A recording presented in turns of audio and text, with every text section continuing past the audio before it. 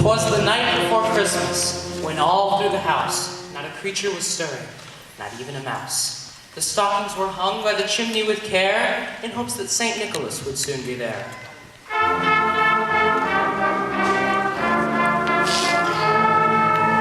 The children were nestled all snug in their beds, while visions of sugar plums danced in their heads.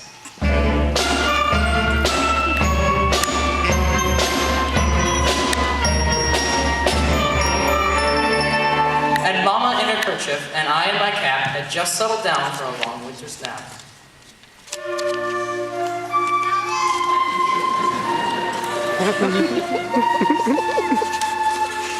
When out on the lawn there arose such a clatter, I sprang from the bed to see what was the matter.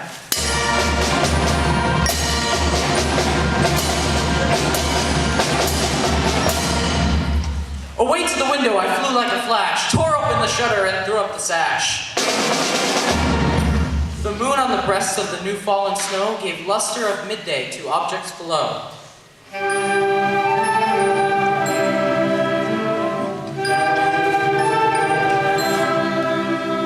When what to my wandering eyes should appear but a miniature sleigh and 8 tiny reindeer.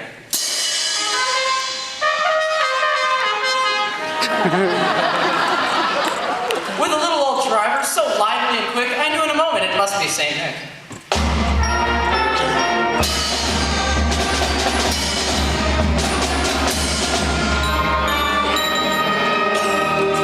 More rapid than eagles his coursers they came, and he whistled and shouted and called them by name. Now Dasher, now Dancer, now Prancer and Vixen, on Comet, on Cupid, on Donner and Blitzen.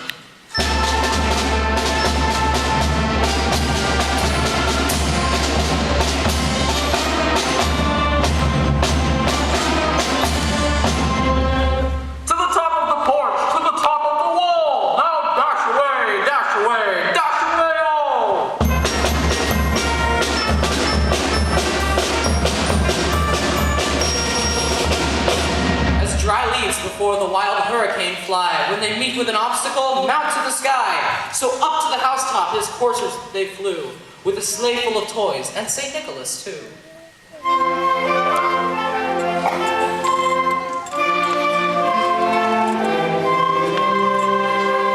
And then, in a twinkling, I heard on the roof the prancing and pawing of each little hoof.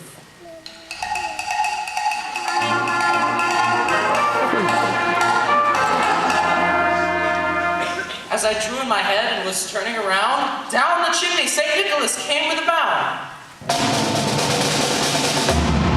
He was dressed in his fur from his head to his foot, and his clothes were all tarnished with ashes and soot.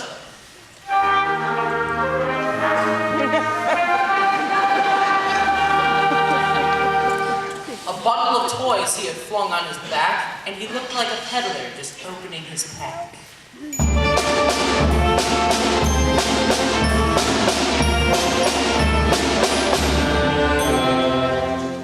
His eyes, how they twinkled, his dimples, how merry, his nose like a rose, his cheeks like a cherry, his droll little mouth drawn up in a bow, and the beard on his chin was as white as the snow.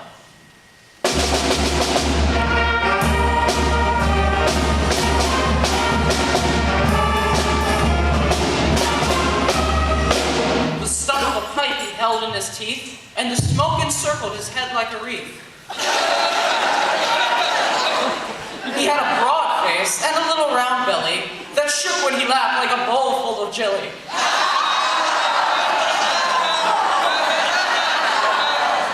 He was chubby and plump, a right jolly old elf, and I laughed when I saw him in spite of myself. A wink of his eye and a twist of his head soon gave me to know I had nothing to dread.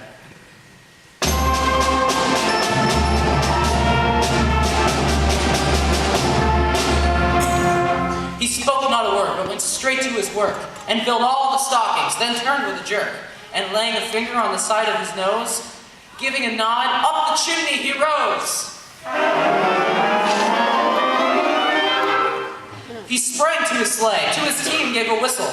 Oh, and away they flew, like the down of a thistle.